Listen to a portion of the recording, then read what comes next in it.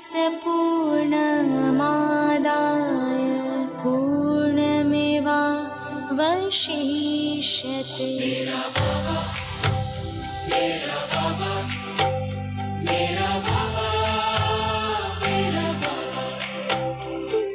शांति का सागर है, शक्ति का सागर है, प्रेम का सागर है, ज्ञान का सागर है, करुणा का सागर है, धैर्य का सागर है, सत्य का सागर है, पवित्रता का सागर है, रूप का सागर है, मधुरता का सागर है मेरा बाबा। சாந்தி. இன்று ஒரு புது பட்டியின் துவக்கம் ஆரம்பமாகும்.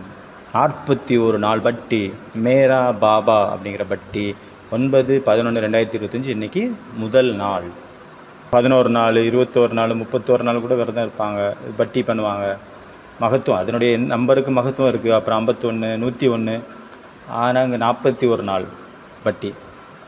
91, 92, 93 இந்த முரளிகளுடைய பட்டி, இந்த 3 வருஷத்தினுடைய அவ்யக்த முரளிகளுடைய பட்டி. ஒவ்வொரு நாள் ஒவ்வொரு முரளி, மொத்தம் 41 முரளி, 41 நாள். இன்றைக்கி முதல் நாள்.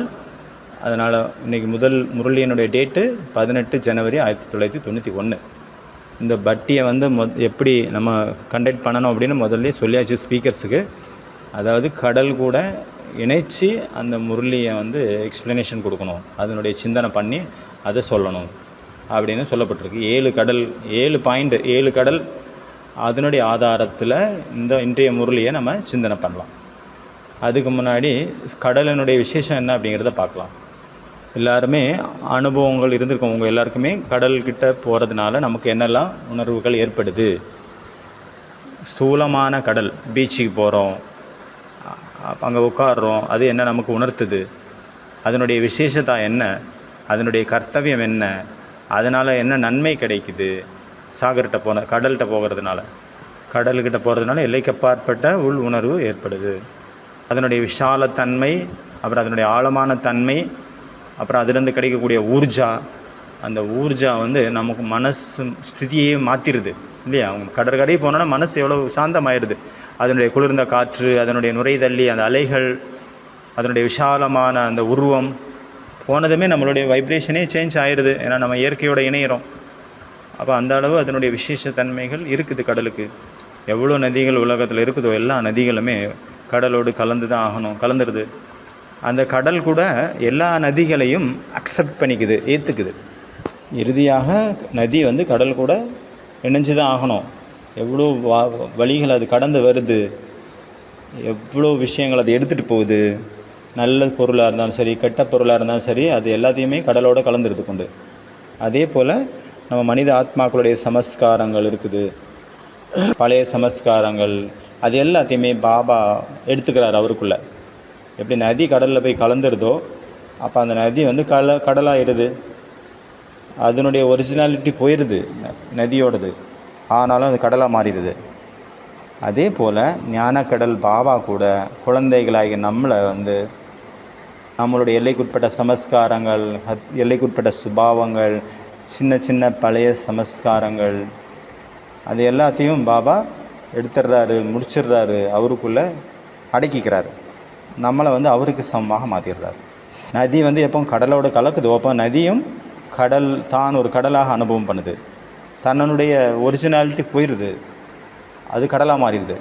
அதே போல் நம்ம கூட இப்போ பாபா கடலோடு நம்ம கலக்கும்போது நம்ம அவருடைய சக்திகளை அனுபவம் பண்ணுறோம். நம்ம சைத்தன்யமான நதிகள் அந்த ஒரு மாற்றத்தை அனுபவம் பண்ணுறோம். மாற்றங்கள் நிகழுது, வித்தியாசத்தை அனுபவம் பண்ணுறோம். அதனால் பாபா சொல்கிறாங்க, நீங்கள் பிராமணர்கள் சங்கமயத்தில் இருக்கிறீங்க, ஒவ்வொரு விஷயத்தினுடைய அனுபவம் உங்களுக்கு இருக்குது. சரி எது, தப்பு எது, நம்ம கடலினுடைய அந்த ஊர்ஜா சக்தி வந்து நம்மளை நிறைஞ்சவங்களாக மாற்றிடுது. அந்த அவிநாசியான சக்தி, அவிநாசி ஊர்ஜா, அவிநாசி சக்திகள் நமக்குள்ளே நிறையுது. உலகத்தில் உள்ள நதிக்கு வந்து அது கடலை தோடி ட்ராவல் பண்ணி அது போக வேண்டியதாக இருக்குது. ஆனால் அங்கே கொஞ்சம் தலைகளாக இருக்குது. இங்கே கடலே நதியை தேடி வந்துட்டார். ஒரு முரளியில் இந்த மாதிரி ஒரு பாயிண்ட் வந்துருந்தது, கடல் வந்து நதியில் குளிக்கிறதுக்காக வருது அப்படிங்கிற மாதிரி. கடலான பாபா நதிகள்கிட்ட குளிக்கிறதுக்கு நதிகளை தேடி வராரு. அப்போ பாபா வந்து என்னுடைய பணிவான தன்மை எவ்வளோ உயர்ந்தது. ஞானக்கடல் ஆகட்டும், ஞானக்கடல் பாபாவும் எவ்வளோ பணிவாக இருக்கார். அவருக்கு சமமாக நம்மளை தேடி வந்து அவர் பாபா மாற்றுறார். இன்றைக்குள்ள முரளியை வந்து 7 பாயிண்ட்ஸில் பார்க்கலாம். 7 கடல்களின் ரூபத்தில். அதில் முதல் கடல் சமர்த்த ஸ்மிருதிகளின் கடல், சக்திசாலியான நினைவுகளின் இல்லை ஸ்மிருதிகளின் கடல். 2வது ரியலைசேஷனுடைய கடல். 3வது தெய்வீக அனுபவங்களின் கடல். 4வது குஷிகளின் கடல். 5வது ஆன்மீக போதைகளின் கடல். 6வது சாட்சி ஸ்திதிகளின் கடல். 7வது யோகம் மற்றும் சகயோகத்தின் கடல், யோகம் மற்றும் ஒத்துழைப்பின் கடல்.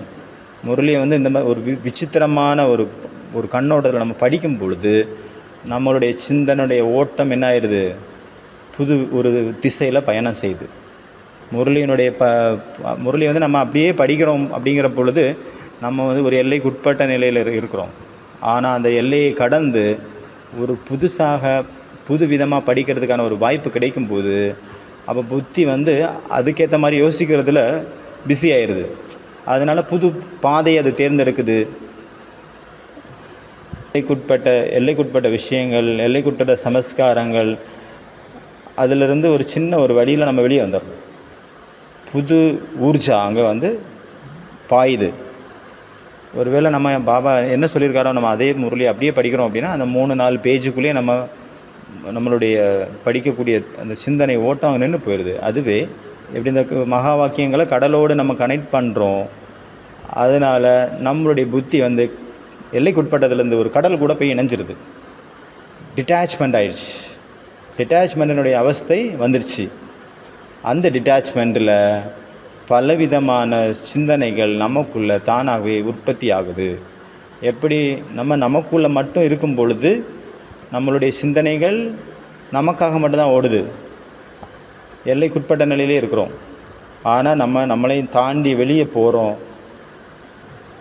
எந்த ஒரு திசையில் நம்ம பயணம் பண்ணுறோமோ அந்த பயணம் அப்படிங்கிற ஒரு யாத்திரையில் நம்ம எவ்வளோ சீனரி பார்க்குறோமோ, எவ்வளோ விஷயங்களை பார்க்குறோமோ, அந்த எல்லா விஷயமும் நம்மளுடைய பார்வையில் வருது, அந்த சிந்தனைகளில் வருது. அதே போல் நம்ம 7 கடல் கூட நம்ம இணைக்கக்கூடிய இந்த மகா வாக்கியங்களை இணைக்கிறதுக்கான ஒரு யாத்திரை இது மிகப்பெரிய யாத்திரை. அந்த யாத்திரையில் அதாவது கடலை நோக்கிய பயணத்தினுடைய யாத்திரையில் நம்ம என்னெல்லாம் காட்சிகள் சைடில் பார்க்குறதுக்கு நமக்கு தெரிய வருதோ அதில் கிடைக்கக்கூடிய அனுபவங்கள் ஒரு புதுத்தன்மையை கொடுக்குது. புது விஷயங்களை கற்றுக்கிறதுக்கான வாய்ப்பு கிடைக்குது. நிறைய அனுபவங்கள், புது அனுபவங்கள் நமக்குள்ளே அதிகமாகுது. நம்ம பார்க்கக்கூடிய ஒரு கண்ணோட்டம், திங்க் பண்ணுறதுக்கான கண்ணோட்டம், பேசக்கூடிய நடக்கக்கூடிய எல்லாமே நம்மளுடைய யாத்திரையில் எல்லாமே மாறி போயிடுது. புதுமை.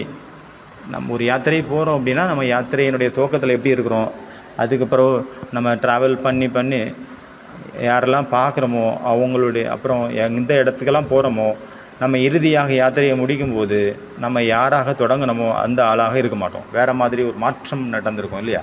அதே போல் அதனால் இந்த மகா வாக்கியங்களை நம்ம இந்த கடலோட இணைச்சி நம்ம படிக்கிறோம் அப்படிங்கிற பொழுது ஒரு புது யாத்திரை தொடங்கின மாதிரி ஆயிடுச்சு, கடலினுடைய யாத்திரை. அதனால் 41 நாளும் நம்ம கடலினுடைய யாத்திரை. 41 நாள் கடல் நம்மளை மூழ்கடிச்சு வைப்பார் தண்ணிக்குள்ளேயே. நம்ம அந்த மூழ்கிய நிலையில் கடலினுடைய ஆழத்தில் போய் நம்ம என்னென்னலாம் ரத்தினங்கள் எடுக்கிறோம், அதனுடைய லாபத்தை எவ்வளோ எடுக்கிறோம். அதனால் 41 மகா கடல்கள் இங்கே வந்து நம்ம எல்லாரையுமே ஞான ரத்தினங்களாக மூழ்கடித்து நம்மளுடைய லாபம் கொடுக்க போகிறாங்க, நமக்கு நன்மை செய்ய போகிறாங்க, நமக்கு ஊர்ஜாவை வழங்குவார்கள், அதாவது சக்திகளை வழங்குவார்கள், அதிர்வலைகளை வழங்குவார்கள், வைப்ரேஷனை வழங்குவாங்க. யாரெல்லாம் அங்கே ஸ்பீக்கராக வந்து உட்கார போகிறாங்களோ அவங்க எல்லாருமே ஒரு மகா கடலினுடைய ரூபத்தில் தான் இருப்பாங்க. அந்த மகா கடல்கள் நம்ம எல்லாரையுமே ஞான ஸ்நானம் செய்ய வைப்பாங்க, ஞானத்தில் மூழ்கடிப்பாங்க, மாயாவினுடைய பார்வையிலேருந்து பாதுகாப்பாங்க, நம்ம எல்லாருக்குமே ஒரு புது ஊர்ஜாவினால் நிறைப்பாங்க, ஏதாவது ஒரு புது புது முத்துக்கள் நமக்கு கொடுப்பாங்க. நம்மளுடைய ஒரிஜினல் சமஸ்காரம் என்னவோ அதை அனுபவம் செய்ய வைப்பாங்க. நம்மளுடைய காரியம் என்னங்கிற அந்த உணர்வை நமக்கு கொடுப்பாங்க. நம்மளுடைய ஒரிஜினல் சமஸ்காரம், ஒரிஜினல் குணம், அதன் பக்கமாக நம்மளுடைய அட்ராக்ஷனை ஏற்படுத்துவாங்க. அதனால் 7 கடல்கள் இன்றைக்கி. அதில் முதல் கடல் சமர்த்த ஸ்மிருதிகளின் கடல், சக்திசாலி ஸ்மிருதிகளின் கடல், நினைவின் கடல். இந்த ஞானம் எல்லாமே நினைவு மற்றும் மறதி அதனுடைய ஆதாரத்தில் தான் இருக்குது. ஸ்மிருதி அப்படிங்கிற வெளிச்சம் நமக்கு எல்லாத்துக்கும் இப்போ கிடைக்குது.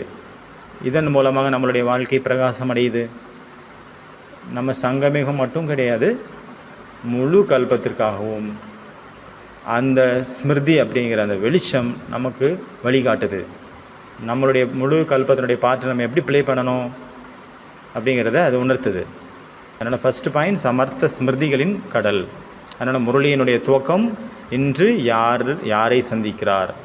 சமர்த் பாபா, சக்திசாலியான பாபா ஸ்மிருதி சுரூப குழந்தைகளை பார்த்து மகிழ்ச்சி அடைகிறார்.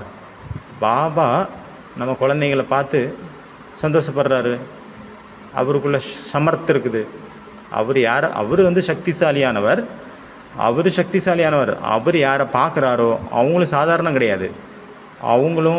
அவங்களுக்குள்ள சமர்த்தாத்மா, சமர்த் பாபா, சக்திசாலியான பாபா என்னுடைய பார்வை யார் மேலே படுகிறதோ அவங்க நிச்சயமான ரூபத்தில் அவங்களும் சமர்த்து ஆயிடுவாங்க தானாகவே.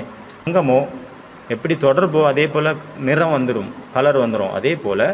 அதனால் அவருடைய பார்வை பிராமண ஆத்மாக்கள் மேலே பட்டுது, நம்ம சமர்த்த ஆத்மாக்கள் மேலே பட்டுது.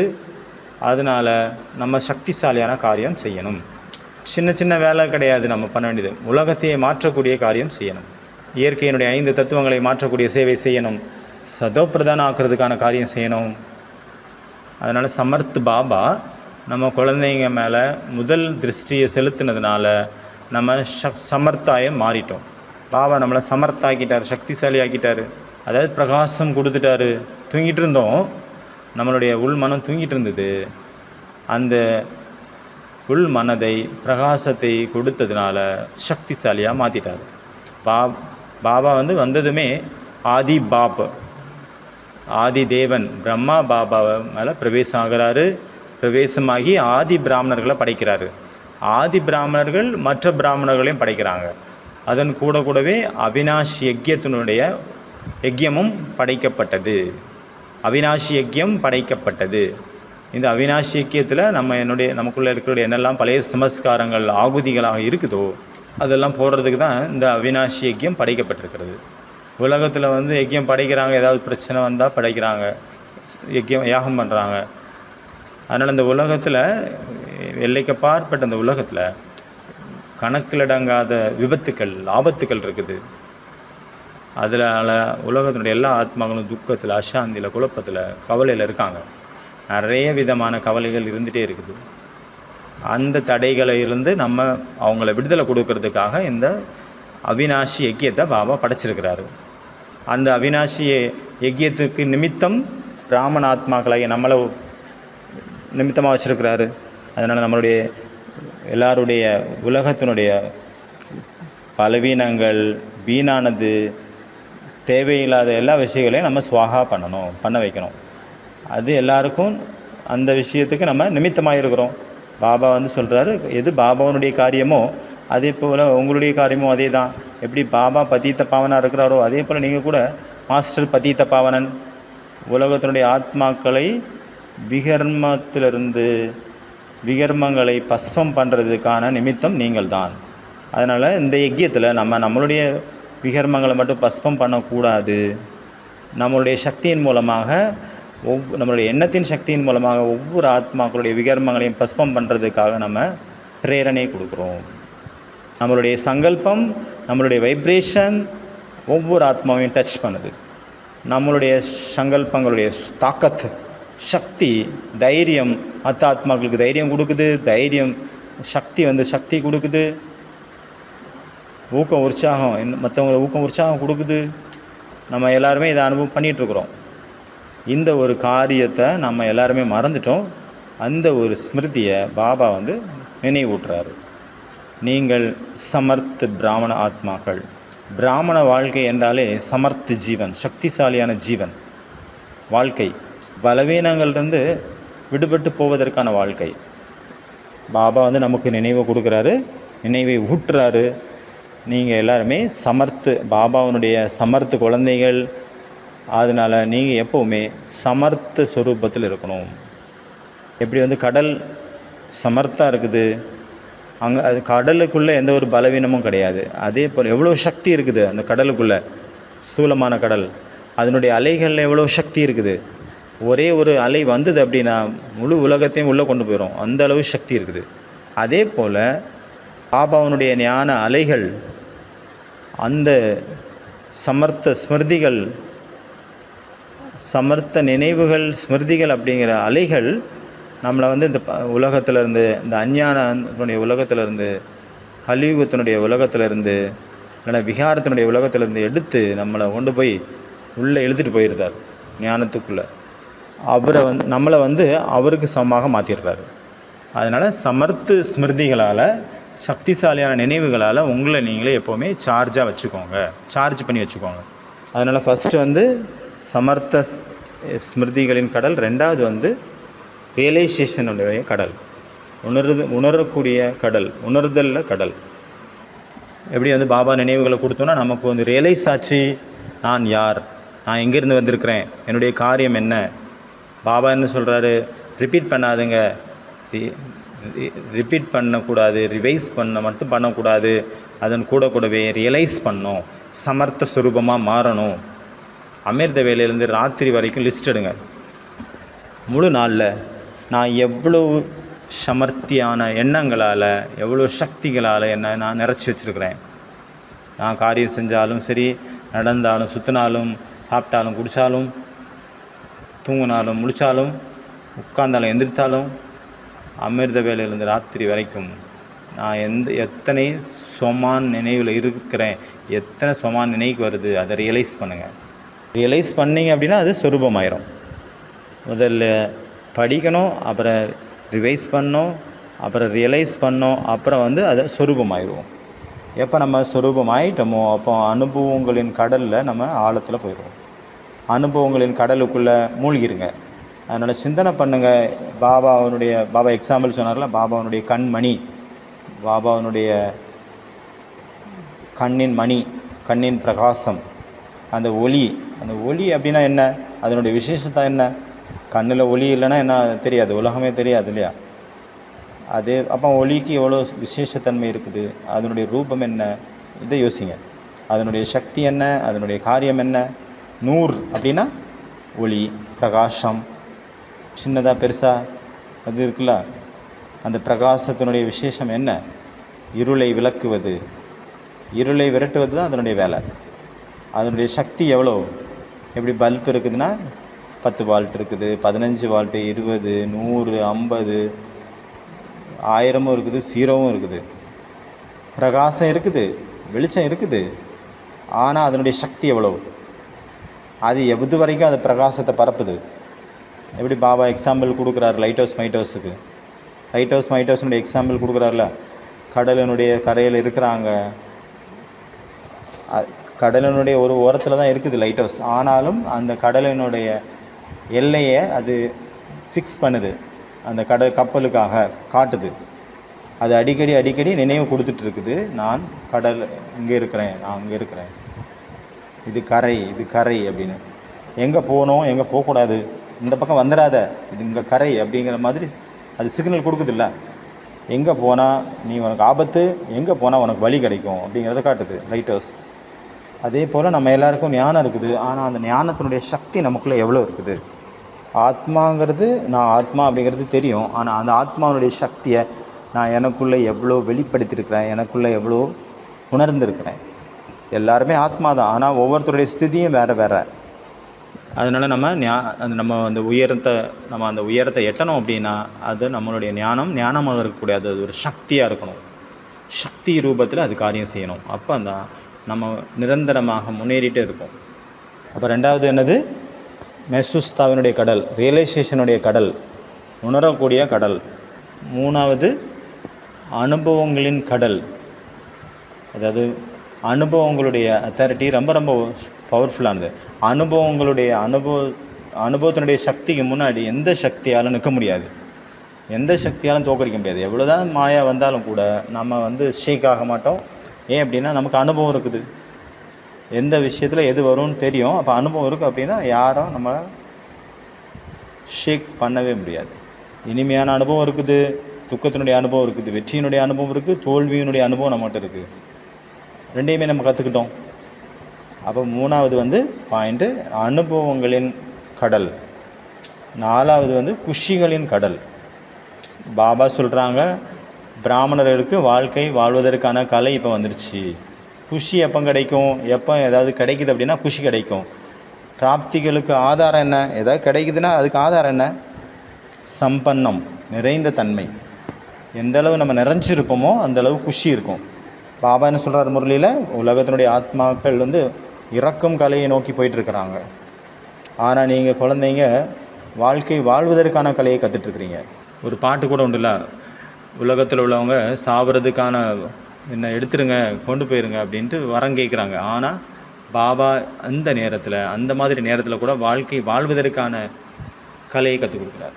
லௌகீக அலௌகீகத்தினுடைய பேலன்ஸ் எப்படி இருக்கணும், ரமணீகம் கம்பீரத்தன்மையினுடைய பேலன்ஸு, ஞான யோகத்தினுடைய பேலன்ஸு, எல்லா பேலன்ஸையும் நமக்கு பாபா கற்றுக் கொடுத்துட்டாரு. இதன் காரணத்தினால நம்மளுடைய வாழ்க்கையினுடைய ஒவ்வொரு க்ஷணமும் குஷி நிறைஞ்சிருக்குது. நிந்தனை, புகழ், இகழ், லாபம், நஷ்டம், வெற்றி, தோல்வி, மேலே கீழே எல்லாம் வாழ்க்கையினுடைய விளையாட்டு அது வந்துகிட்டே இருக்கும். இதையும் நம்ம கடந்து போய் நம்ம ஒரிஜினல் சமஸ்காரம், நம்மளுடைய நேச்சுரல் சம்பூர்ண பவித்திரத்தா தான் நம்மளுடைய நேச்சுரல். அப்போது இதில் நிலச்சிருக்கும்போது நம்ம குஷி நிலையாக இருக்குது. குஷியிலிருந்து நம்மளை கீழே தள்ளுறதுக்கு நிறைய விஷயங்கள், குஷியினுடைய டெம்பரேச்சரை கம்மி பண்ணுறதுக்கு நிறைய விஷயங்கள் வரும், அது மேலே கீழே போகும். ஆனால் ரொம்ப நேரம் அதில் நம்ம பிரபாவத்தில் இருக்க மாட்டோம், அதில் நம்ம வெளியே வந்துடுவோம். மாயா நம்மளை ஷேக் பண்ணுறதுக்கான முயற்சி பண்ணும், நம்மளை தொடர்றதுக்கான முயற்சி பண்ணும். அதனால் நம்ம எல்லோரும் கூட இருந்தாலும் கூட ஒவ்வொருத்தருடைய சமஸ்காரத்தை புரிஞ்சுக்கிட்டு, ஒவ்வொருத்தர் கூட இணைஞ்சு போய் ஒவ்வொருத்தவருடைய பாட்டு என்ன அப்படிங்கிறத புரிஞ்சுக்கிட்டு, பாபா சொன்னார் மகா வாக்கியத்தில் முந்தா நாள் வாணியில், நீங்கள் அழ வேண்டிய அவசியமே இல்லை. ஏன்னா உங்களுக்கு ட்ராமாவுடைய ஞானம் இருக்குது. ஒவ்வொரு ஆத்மாவுடைய பாட்டு அவங்கவுங்களுடைய இது வேறு வேறு. நீங்கள் இதை நம்ம எப்போ இதை ஆழமாக நம்ம ஏற்றுக்கிறோமோ இந்த பாயிண்ட்டை, ஒவ்வொரு ஆத்மாவும் அவங்கவுங்களுடைய சக்திக்கு ஏற்ற மாதிரி அவங்கவுங்களுடைய பாட்டை ப்ளே பண்ணுறாங்க. இந்த ஒரு பாயிண்ட் நம்ம உள் மனசுக்குள்ளே எப்போ உள்ளே போயிடுதோ அப்போ நம்மளுடைய குஷியை யாராலையும் தடுக்க முடியாது. நம்ம அவங்களுடைய பாட்டை புரிஞ்சுக்கிறோம், அவங்களுக்கு ஏற்ற மாதிரி அட்ஜஸ்ட் பண்ணி போக ஆரம்பிச்சிடுறோம். அவங்கவுங்களுடைய சக்திக்கு ஏற்ற மாதிரி நடந்துகிட்ருக்காங்க. எவ்வளோ புருஷார்த்தம் பண்ணியிருக்கோ அந்த ஆத்மா, அதுக்கேற்ற மாதிரி அந்த ஆத்மா ப்ளே பண்ணிகிட்ருக்கு. அவங்களுடைய யாத்திரை கூட ரொம்ப விசேஷமான யாத்திரை, அதுக்காக சாதாரணமான யாத்திரை கிடையாது அப்படின்னு நினச்சிக்காதுங்க. அவங்க பலவீனமான யாத்திரை பண்ணிகிட்ருக்காங்கன்னு நினச்சிக்காதுங்க. அவங்க பலவீனமானவங்க அப்படின்னு நீங்கள் நம்ம யோசிக்கக்கூடாது. அவங்க பலவீனமான பாட்டு ப்ளே பண்ணாலும் கூட நமக்கு என்ன பிரேரணை கொடுக்குறாங்க, என்னை மாதிரி பலவீனமான பாட்டு நீங்கள் ப்ளே பண்ணாதுங்க அப்படிங்கிறத அவங்க புரிய வைக்கிறாங்க. அதை புரிஞ்சுக்கிட்டு அதில் விடுபட்டு நம்ம சக்திசாலியான ப்ளே பண்ணணும், சக்திசாலியான பாட்டை ப்ளே பண்ணணும். நான் பலவீனமான பாட்டு ப்ளே பண்ணிகிட்ருக்கேன், நீங்கள் பண்ணிடாதுங்க அப்படின்னு அந்த ஆத்மா பிரேரணை கொடுக்குது. நான் தோற்று போகிறேன்னா நீங்கள் தோற்றுறக்கூடாது. பாசிட்டிவாக பார்த்தோம் அப்படின்னா அந்த பாயிண்ட்டு நமக்கு தெரிய வருது. அதனால் குஷிகளின் கடல் பாபா நமக்கு வாழ்க்கை வாழ்வதற்கான கலையை கற்றுக் கொடுத்துருக்கிறாரு. அதனால் நம்ம சதா குஷியாக இருக்கிறோம். நமக்கு எக்ஸாம் வந்தாலும் சரி, எக்ஸாமில் பாஸ் ஆனாலும் சரி, எக்ஸாமில் ஃபெயில் ஆனாலும் சரி. நேற்று எக்ஸாம் எழுதி யாரெல்லாம் டென்ஷனில் இருக்கிறீங்க? டென்ஷன் இருக்கா யாருக்காவது? கோபத்தில் இருக்கீங்களா? இல்லை சந்தோஷத்தில் துள்ளி குதிச்சுட்டு இருக்கீங்களா? இல்லைனா ஐயோ போச்சே கொஞ்சம் மிஸ் பண்ணிட்டானே அப்படின்ட்டு நிராசையில் இருக்கீங்களா? குஷி அவ்வளோ, அதை என்னால் சொல்ல முடியாது, அவ்வளோ விவரிக்க வார்த்தைகள் இல்லை அப்படின்ட்டு இருக்கீங்களா? ஒரு தடவை நான் எக்ஸாம் எழுதினேன், அப்போ எனக்கு 100 மார்க் கிடச்சிது. ஆனால் எனக்கு குஷி கிடைக்கல, குஷியே இல்லை, எனக்கு ஒன்றும் புரியலை. நான் பார்த்தேன். அப்புறம் அவ்யக்த வாணியை எடுத்துகிட்டு போய் ஒரு மலைக்கு மேலே ஏறி உட்காந்து 5 முரளியை படித்தேன். 5 அவ்யக்த முரளியை அப்புறம் இன்னொரு மலை, அதுலேருந்து இறங்கிட்டு இன்னொரு மலைக்கு மேலே ஏறி போய் நடந்து ஒரு 2 கிலோமீட்டரு அங்கே உட்காந்து ஒரு 5 முரளி படித்தேன். அப்போ அந்த படிக்கும்போது கிடைச்ச ஆனந்தம் இருக்கே, அது சொல்ல முடியாது வாயால், வார்த்தைகளால். அந்த எக்ஸாம் எழுதி பாஸ் ஆன போது கிடைக்காத ஒரு ஆனந்தம் அது கிடச்சிது. அதனால் எனக்கு மார்க் கம்மியாயிடுச்சு, 1 மார்க் கம்மியாயிடுச்சு. அதனால் நான் வந்து சோகத்தில் இருக்கிறேன். பக்கத்தில் உள்ளவங்க பாஸ் ஆகிட்டாங்க, நான் பாஸ் ஆகலை. அப்புறம் எனக்கு டைம் கிடைக்கல, எக்ஸாம் டைமில் ஏதோ பிரச்சனை வந்துடுச்சு, எக்ஸாம் அட்டன் பண்ண முடியாமல் போயிடுச்சு. இந்த மாதிரி இதுக்கு கவலை தேவையில்லை. எக்ஸாமினுடைய நோக்கம் என்ன? நம்ம பாபாவுடைய பாயிண்ட்ஸு நம்ம புத்தியில் உட்காரணும், அதன் மூலமாக பாபாவுடைய நினைவு வரணும், அதன் மூலமாக நம்ம விகர்மங்கள் விநாசமாகணும், நம்ம யோகா கனெக்ட் ஆகணும். அப்படிங்கிறதுக்காக தான் இந்த எக்ஸாம். இதை நீங்கள் டென்ஷன் ஆகிக்கிறக்கூடாது, இதில் வந்து கவலை வந்துடக்கூடாது. ஒரு எக்ஸாம், அவ்வளோதான். மார்க் கிடைச்சா கிடைக்கட்டும், ஃபெயில் ஆனா என்ன, பாஸ் ஆனா என்ன, 100க்கு 100 வாங்கினா என்ன, 0 வாங்கினா என்ன, குஷியை விட்டுறக்கூடாதுல்ல. அதுக்கு தானே அந்த எக்ஸாம் நம்ம கொடுத்தோம் அப்படின்னா கொஞ்சம் அட்டென்ஷனாக படிப்போம், அவன் புத்திக்குள்ளே நம்ம பாயிண்ட் உட்காரோம். அதுக்கு தான் லட்சியமே தவிர நீங்கள் 100க்கு 100 வாங்கி மேடையில் வந்து பரிசு வாங்கணும், சச்சின் பாய் வாயால் என்னுடைய பேரை சொல்லணும், இதுக்காகவா நம்ம படிக்கிறோம்? இல்லையே. இது வரைக்கும் பார்த்தது குஷிகளின் கடல். அப்புறம் 5வது ஆன்மீக போதைகளின் கடல். வானியில் வந்து பாபா வந்து பிரம்மா பாபாவை எக்ஸாம்பிளாக சொன்னார். பிரம்மா பாபா வந்து சரீரத்தை விட்டு போயிட்டாருன்னு உலகத்தில் நினச்சிட்டு இருக்காங்க. உலகத்தில் உள்ளவங்க என்ன சொல்கிறாங்க? பிரம்மா பாபா சரீரம் விட்டார். உலகத்திலே யாராவது இறந்துட்டாங்கன்னா போயிட்டாங்கன்னு சொல்லுவாங்க. ஆனால் நம்ம என்ன சொல்கிறோம்? அவர் போகலை, எங்கள் கூட தான் இருக்கிறாரு. அவருடைய ட்ரெஸ்ஸை மாற்றிக்கிட்டாரு. பிரம்மாவனுடைய உடம்புல இருந்து இப்போ ஸ்தூலமான உடம்புல இருந்தார் பிரம்மா. இப்போ சூட்சுமமான உடம்புல இருக்கார், எங்கள் கூடவே இருக்கார். சேவையை அதிகப்படுத்துறதுக்காக, சேவையினுடைய ஸ்பீட் அதிகப்படுத்துறதுக்காக, குழந்தைங்களுக்கு டக்குன்னு எல்லா இடத்துக்கும் உடனுடனே போய் ஹெல்ப் பண்ணுறதுக்காக அவருடைய ரூபத்தை மாற்றிட்டு இப்போ நிரந்தரமாக சேவை காலத்தில் தயாராக இருக்கிறார். எங்கள் கூடவே தான் இருக்கார், அவர் போகவே இல்லை. அப்படிங்கிறது தான் நம்மளுடைய அனுபவம். பாபா பிரம்மா வந்து ப்ராமிஸ் பண்ணியிருக்காரு, கூடவே இருப்போம், கூடவே போவோம், கூடவே எல்லா காரியம் செய்வோம். அப்போ ஆதி ஆத்மா பிரம்மா அவருடைய ப்ராமிஸை எப்படி மீறுவார்? அவர் கொடுத்த ப்ராமிஸை ஃபாலோ பண்ணுறதுக்காக அவர் சூட்சும ரூபத்தில் இன்னும் இருக்கார். இன்னும் கூடவே இருந்து கூடவே இருப்போம், கூடவே போவோங்கிறத அந்த ப்ராமிஸுக்கு ஏற்ற மாதிரி அவருடைய காரியங்கள் செய்திருக்கிறாரு. உங்கள் கூட தான் இருக்கார், போகலை, எங்கேயும் போகலை, இங்கேயே தான் இருக்கார். பாருங்கள், நல்லா அப்போ தெரியும். கண்ணை திறந்து பாருங்கள். பாபா கூடவே நம்ம எப்போ இருக்கிறோமோ அப்போ நம்ம பாதுகாப்பாக ஃபீல் பண்ணுறோம். ஆன்மீக போதையை நமக்கு ஏற்படுது. பிரம்மா பாபாவுடைய வாழ்க்கை தான் நம்மளுடைய வாழ்க்கை, அவருடைய சமஸ்காரம் தான் நம்மளுடைய சமஸ்காரம், அவருடைய சுபாவம் தான் நம்மளுடைய சுபாவம். அப்படிங்கிற அந்த ஆன்மீக போதையை நிரந்தரமாக இருக்கணும். அடுத்தது சாட்சி ஸ்திதியின் கடல். பாபா சொல்கிறாங்க, சாட்சியாக பாருங்கள், நத்திங் நியூ. யார் சாட்சி நிலையில் இருக்காங்களோ அவங்க குழப்பத்தில் வரமாட்டாங்க. பாபா எப்படி எல்லா விஷயத்தையும் சாட்சியாக பார்க்குறாரோ அதே போல் நம்மளும் சாட்சியாக பார்க்கணும். அதனால் சாட்சி நிலையில் நம்ம நிலச்சிருக்கும்போது எந்த ஒரு இதுலேயும் நம்ம பிரபாவப்பட மாட்டோம், பிரபாவத்தில் வரமாட்டோம். பாபா வந்து இந்த இடத்துல வந்து நமக்கு ஒரு காரியத்தை கொடுத்தாரு. குழந்தைங்களா, உங்களுடைய காரியம் என்ன? உலகத்தில் உள்ள அசாந்தி துக்கத்தில் இருக்கக்கூடிய ஆத்மாக்களுக்கு நீங்கள் ஒத்துழைப்பு கொடுக்கணும், சகயோகம் கொடுக்கணும். அதனால் 7வது கடல் வந்து யோகம் மற்றும் சகயோகத்தின் கடல், யோகம் மற்றும் ஒத்துழைப்பின் கடல். அதனால் எல்லாருமே நீங்கள் ஒரு கடல், நான் யோகம் மற்றும் சகயோகத்தின் கடல் அப்படின்னு புரிஞ்சுக்கிட்டு எல்லோருக்கும் ஒத்துழைப்பை கொடுங்க, உதவி பண்ணுங்க. சாந்திகளின் கிரணங்களை கொடுங்க, சாந்திகளின் சகாஸ் கொடுங்க, அன்பின் அலைகளை பரப்புங்க, சக்திகளின் அலைகளை பரப்புங்க, சுகத்தின் அலைகளை பரப்புங்க, ஆனந்தத்தின் அலைகளை பரப்புங்க, ஞான ஒளியை பரப்புங்க, பொறுமையின் சக்திகளை பரப்புங்க, சகிப்புத்தன்மையை பரப்புங்க, எதிர்கொள்ளும் சக்தியை பரப்புங்க, கண்ட்ரோலிங் பவரை பரப்புங்க, ஒத்துழைக்கும் சக்தியை பரப்புங்க, எல்லாத்தையும் பரப்புங்க, உதவி பண்ணுங்க. என்னுடைய உலகத்தினுடைய நிலைமை ரொம்ப மோசமாக போயிட்டுருக்குது. எல்லாருக்குள்ளேயும் ஒரு பயம் இருந்துகிட்ருக்கு, எப்போ யுத்தம் நடக்கும், எப்போ எங்கே பாம்ஸ் போடுவாங்கன்னு தெரியாத ஒரு நிலை இருந்துகிட்டு இருக்கக்கூடிய காரணத்தினால எல்லோருக்குள்ளேயும் ஒரு பதட்டம் இருக்குது.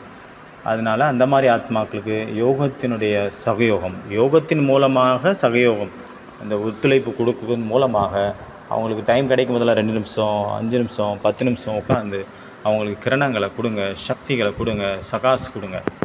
இந்த ஒரு உதவி செய்யுங்க. அதனால் சமர்த்த ஸ்திதி அப்படிங்கிற சிம்மாசனத்தில் நீங்கள் உங்களை உட்கார வைக்கணும். அதுலேருந்து இறங்கிடக்கூடாது. கீழே இறக்க விடுறதுக்காக நிறைய காரணங்கள் வரும். ஆனால் என்ன காரணம் ஆனாலும் சரி, ஆனாலும் அடிக்கடி நம்மளுடைய சிம்மாசனத்தில் நிலச்சிருப்பதற்கு இருந்து தன்னுடைய காரியத்தினுடைய நினைவின் மூலமாக நம்மளே சக்திசாலியாக மாற்றணும். நம்மளுடைய காரியத்தில் பிஸியாக இருக்கணும். நம்மளுடைய காரியம் என்ன? சகாஷ் கொடுக்கணும் எல்லாத்துக்கும். அதனால் இன்றைய முரளி 18 ஜனவரி 1991 முரளி. 41 நாள் பட்டியனுடைய முதல் நாள் முடிந்தது, துவங்கி முடிந்தது. முதல் நாள் முடிஞ்சிச்சு. அதாவது முடியலை, ஆரம்பமாகுது. இன்றைக்கி கிளாஸு முடிஞ்சுது. பட்டி நடந்துட்டு தான் இருக்கும் 24 hours. ஹோம்ஒர்க் 5 பாயிண்ட் எடுத்து எழுதணும். அதுலேருந்து 2 பாயிண்டினுடைய பிக்சர் வரையணும். ஓகேவா? இதான் ஹோம்ஒர்க். இங்கே என்ன முரளி படிக்கிறோமோ அந்த முரளியிலேருந்து 5 பாயிண்ட் எடுத்து அதுலேருந்து 2 பாயிண்டினுடைய படத்தை வரையணும். அப்புறம் இன்னைக்கு கேட்கக்கூடிய முரளியினுடைய எக்ஸாம் டெய்லி அது நடந்துகிட்டே தான் இருக்கும். 10 கொஸ்டின்ஸ் வரும் இல்லையா? ABCD வச்சு செலக்ட் பண்ணணும். அது டெய்லி எக்ஸாம். அது தனி. அந்த எக்ஸாம் மத்தியானம் 12 மணிலேருந்து ஆரம்பிக்கும். அடுத்த நாள் காலையில் 5 மணி வரைக்கும் அந்த 10 கேள்வி பதிலினுடைய எக்ஸாம் ஆனில் இருக்கும். ஓகேவா? இப்போ நம்ம 15வது பட்டியில் என்ட்ராயிருக்கிறோம். 15வது பட்டியினுடைய பேர் மேரா பாபா. அந்த எக்ஸாமினுடைய ரிசல்ட் உங்களுக்கு உடனே கிடச்சிரும் எத்தனை மார்க் அப்படின்ட்டு. அதனால் அது டெய்லி ஒரு கிளாஸ் டெஸ்ட் மாதிரி. காலேஜ் படிக்கும்போது, ஸ்கூல் படிக்கும்போது எப்படி கிளாஸ் டெஸ்ட்டு, இந்த பாடம் இது இப்போ எழுதுங்க அப்படின்னு ஒரு கொஸ்டின் கொடுத்து ஆன்சர் கொடுப்பாங்க. அந்த மாதிரி சின்ன எக்ஸாம், டெய்லி எக்ஸாம். இது மொத்தத்தில் வரும். அது பின்னாடி அது லாஸ்ட்டாக. இப்போ டெய்லி எக்ஸாம் இருக்கும். உங்களுக்கு தெரியும் தானே? எப்படி இருந்ததோ அதே போல் இன்றைக்கி இருக்கும். 12 மணிக்கு எக்ஸாம் ஸ்டார்ட் ஆகும். நாளை காலையில் 5 மணி வரைக்கும் 10 கேள்விகள் இன்றைய முரளியிலிருந்து. ஓகேவா? ஆனால் ரிசல்ட்டில் நீங்கள் பிரபாவத்தில் வந்துடக்கூடாது. ஆஹா கிடச்சிருச்சு, நிறைய குஷி, ஆஹா இன்றைக்கி போதையில் இருக்கும் மற்றவங்களெல்லாம், அப்புறம் நான் தான் சிறந்தவன் அப்படின்னு சுற்றுறது, அப்புறம் மார்க் குறைஞ்சிச்சுன்னா ஐயோ கவலையில் சுற்றுறது, அந்த மாதிரி வேண்டாம். எவ்வளோ கிடச்சிதோ சந்தோஷம். பாபாவனுடைய பாயிண்ட் ஞாபகம் இருக்கணும். அதுதானே முக்கியம். மார்க்காக முக்கியம். ரிசல்ட்டை கூட சாட்சியாக இருந்து பார்க்கணும். ஓம் சாந்தி. நேற்று நடந்த எக்ஸாம் அதனுடைய ரிசல்ட் சொல்கிறார் பிரதர். நேற்று இந்த ஹாலில் லைவாக யார் காலையில் 5லேருந்து 6 மணி வரைக்கும் எக்ஸாம் எழுதுனாங்களோ அவங்க எழுதுனதில் 4 பேர் 100க்கு 100 மார்க் வாங்கியிருக்காங்க. அதாவது மதுபன் வாசிகள் இந்த ஹாலில் உட்காந்து, ஓம் சாந்தி பவன் ஹாலில் உட்காந்து இங்கே எக்ஸாம் கொடுத்தவங்க 6 பேர் டாப்பில் வந்திருக்காங்க. அதில் 4 பேர் 100க்கு 100 எடுத்திருக்காங்க. லிஸ்ட்டு ரொம்ப பெருசு. 100 பேருக்கிட்ட 100க்கு 100 எடுத்திருக்காங்க. அந்த 100க்கு 100 எடுத்ததில் அதில் கூட ஏன்னா ஒருத்தருக்கு தானே ஃபஸ்ட்டு வரணும். யார் ஃபஸ்ட்டு சப்மிட் பண்ணாங்களோ, ஃபஸ்ட்டு எக்ஸாம் முடித்தாங்களோ அவங்க தான் first prize. First prize BK Kranti பெஹன், அவங்க தான் ஃபஸ்ட் ப்ரைஸ். ஃபஸ்ட்டு சப்மிட் பண்ணியிருக்காங்க 100க்கு 100 வாங்கினதில். 2வது நம்மளுடைய அரவிந்த் பாய், அந்த கம்ப்யூட்டரில் உட்காந்துருப்பார்ல, கிளாஸ் டைமில் பார்த்துருப்பீங்க நீங்கள், சவுண்டில் உட்காந்துருப்பார், கம்ப்யூட்டரில் ஆப்ரேட் பண்ணிகிட்டு இருப்பார். நிறைய தடவை கவிதையெல்லாம் சொல்லியிருக்காரு. அவர் தான் செகண்ட். அரவிந்த் பாய் ஃபுல் டே அங்கே தான் உட்காந்துருக்காருல, எவ்வளோ ஒர்க் பண்ணுறாரு அவர். அது எடிட் பண்ணுறாரு, அங்கே உட்காந்துருக்காரு கிளாஸ் டைமில் ஃபுல் டே கம்ப்யூட்டரில். அவ்வளோ வேலை வச்சுட்டும் கூட 100க்கு 100 மார்க் வாங்கிட்டார். பெரிய விஷயம். அடுத்த ரம்யா தீதி அவங்க டாக்டர், அவங்களும் நிறைய பிஸி, அவங்களும் டாப் பண்ணியிருக்காங்க. அடுத்தது ஷமிக்ஷா பேன் அப்படின்றவங்க 4வது.